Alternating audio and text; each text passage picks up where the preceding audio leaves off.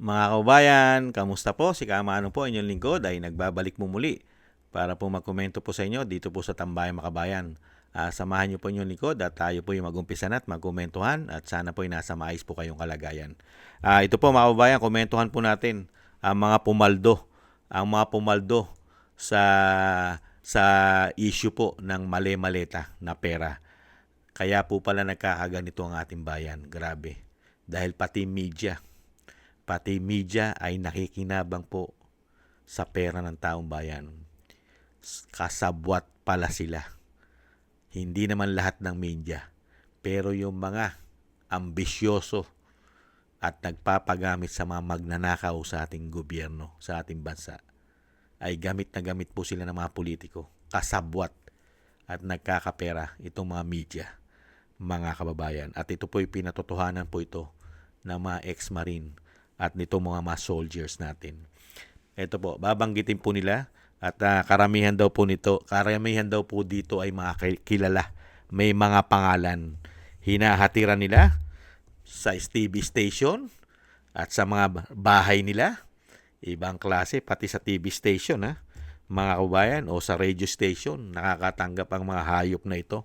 Pakinggan po natin mga kababayan, ang ating pong soldiers. Ako sa binanggit na media personality o media, sir. Bali, ang activity namin araw-araw and every time may meeting na mga personalidad sa media na kilala din, kasi parang meron nga kaming na-deliver sa house. May na-deliver nga kami sa, hindi ko lang muna sa bagitin, sir, kung ano establishment. Basta bandang, rin, sir. Mother Ignacia? Tomas Morato. Nako po. Diyan din banda. Tapos, alam mo naman, sir, maraming mga matitinding mga pangalan dyan. So, sa mga media, meron din nga ako kaming na-deliveran natin sa bahay nila. Every week. Tapos, Once a week to, sir. Yes. Once a week. Meron din po kaming nadideliveran dyan sa station. Sa drop-off lang. Abutan lang. Hindi ko lang muna po sa Maleta o envelope, sir? ano lang naman, yung paper bag lang naman. Paper bag. Okay, no? Yan po mga kababayan. Nakita nyo po. Kaya dapat po, pati po ang mga media na sangkot. Mga kababayan. Kasi po, napakatagal na panahon na po yan. Ang mga media ay may mga issue po na nababayaran. Hindi lang po ngayon yan. Ang media ay nasusuhulan. Yan po mga issue ng mga media eh. Ngayon po, dapat na pong managot ang mga media. Lalong-lalo po ngayon. Pera ng taong bayan na ito. Grabe po ang ginawa po nilang massive sindikatong korupsyon. Grabe. Yan, mga dinideliver daw po dyan sa Mother Ignacio. Hindi po ba? Sa Tomas Morato. At kung saan-saan pa. Mga kababayan, sinasabi nga ni Banat Bay, hindi ba sa Mother Ignacio? Hindi po ba? At grabe, no? Pati po sa mga station nila, sa mga TV station, abutan lang. Sa mga residential, sa mga bahay nila. Every week, Every week ang delivery sa mga media. At yan po ang napakasarap po na pangalanan po yan. Dahil lalabas at lalabas po ang mga pangalan, yung mga media personalities na yan, mga kababayan. Yan po ang dapat po na talagang mapanagot. Dahil yan po ang lumalason. Yung mga media ay lumalason din po yan sa isip at kaisipan ng mga taong bayan. Lalong-lalo po kung sila po yung nagbabalita. Nagbabalita po sila na tinutwist po nila ang balita at pinagtatanggol nila ang mga magnanakaw na nagbabayad sa kanila. Hindi po ba? At lalong-lalo na yung mga sisirain.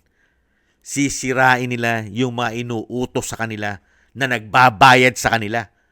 Yan po ang trabaho nila. Lalong-lalo kung bayad po at linggo-linggo ay meron ka palang delivery, envelope, mga kababayan. Linggo-linggo. Kaya nga po ilang kayang media personalities yan. Linggo-linggo nakakatanggap. Kung hindi sa bahay, ang delivery, paldong-paldo, no? Paldong-paldo media, ibang klase. Napakasarap pong mabunyag ang mga pangalan ng mga media na yan. Yung mga media personalities na yan. Nang mapanagot po sa bayan, makulong. Dapat po hindi lang politiko ang makulong sa korupsyon. Pati po mga media, dapat makulong din po yan. Yang nagpapagamit at nagagamit po sa korupsyon, sa pera ng taong bayan. Isa rin pong korupsyon yan. Dapat pong makulong yan po mga media personalities na yan. Pagka po talagang puspusan na at totoong investigasyon na gagawin. Hindi hausyaw na investigasyon. Hindi takipang investigasyon. Pati po sana mga trolls, isama rin po sana sa makulong ang mga trolls. Lalong-lalo po yung binabayaran dyan sa Makati. Yung isang building, 3 palapag. Ayon po dyan sa mga Marines. Binabayaran po nila yan. Meron din pong delivery yan. Buwan-buwan. May mga allowance yan. Yung mga nasa building na sinasabi ng mga Marines sa may Makati, 3 palapag. Parang call center di po ba? Grabe.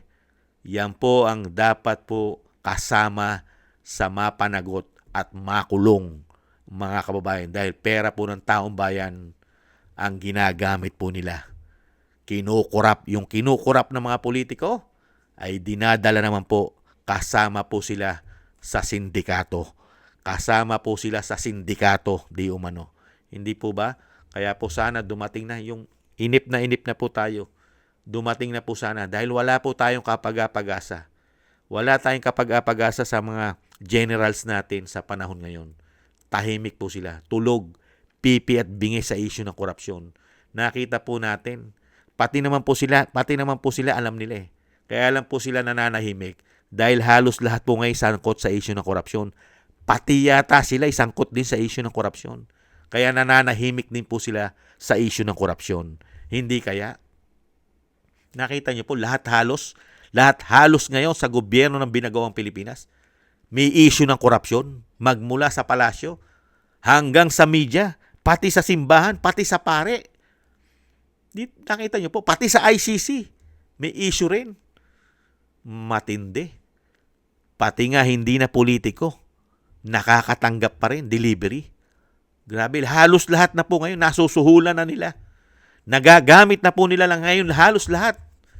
Kung talagang kailangan nilang gamitin at kailangan nila ng proteksyon, kayang-kaya nilang suhulan pala sa dami ng pera ng taong bayan na bit nila na nilalagay po sa sobre, sa bag at sa maleta. Kaya ito po mga media, ito po gustong-gusto po ni Kamanong. Gustong-gusto ko po na ito pong media dahil ito po isa po ito sandata. Ginagamit po kasi sandata ito ng mga masasamang politiko. Ito po mga media. Lalong-lalo po itong sinasabing mga bayaran na kasama sila sa sindikato na mali-maleta. Yan po ang napakasarap po talaga. Yan po ang hinihiling ko mga kaubayan. Ito po mga media na talagang sila naghahatid. Sila po kasi naghahatid ng balita.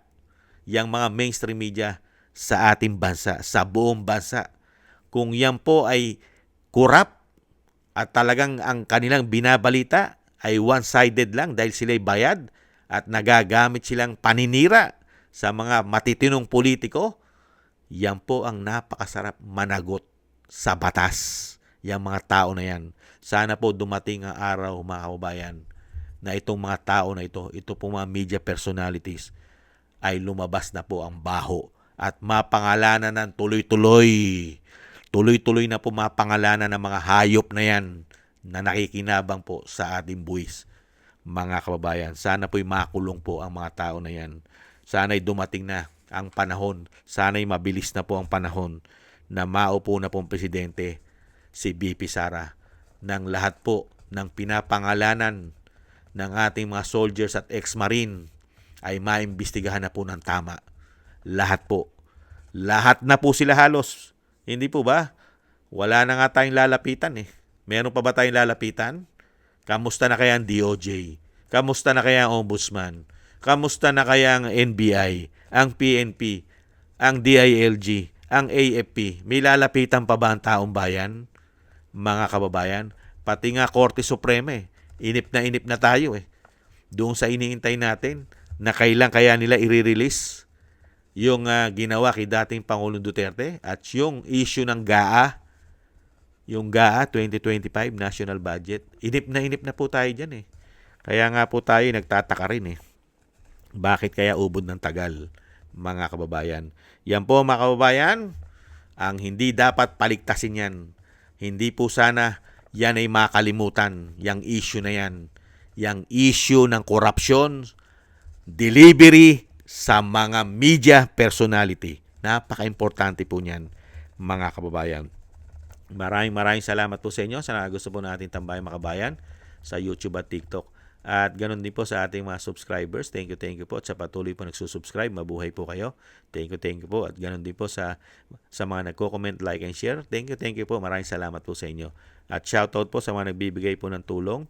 Shoutout po kay Mila Yi, Tatay Nick ng Canada, kay Annie Jo, at kay Jem Aris ng United Arab Emirates, kay Jesus Valdepena, Balance Vision TV, Nancy Lumampaw, Gayat Chena, Norma Garcia, Michelle Yamaguchi, Rosalina, Wills Bubbles, Arpel Villacorta, Chidorico Erguisa Jr., Ani Jo, ako si Pilam, Jovelyn Watanabe, Baby Roman at Ate Isa ng Cagayan, Julieta Silona ng Sydney, Australia, si Gina Ray ng Solid DDS ng Berlin, Germany, Jake Yahut ng Maisog, California, USA, Kingston ng Hong Kong at Beichi Chiyoko. Thank you po sa inyo at ingat po kayo lalong-lalo po sa inyo po mga paggawa. God bless po sa inyong lahat, mga kababayan. At siyempre po mga kababayan, tiis-tiis lang po tayo at siyempre po darating naman po ang pag-uusig o sinasabing yung karma nila at ang katotohanan po ang mananaig, hindi po ang kasamaan. Muli po, paalam, bye-bye.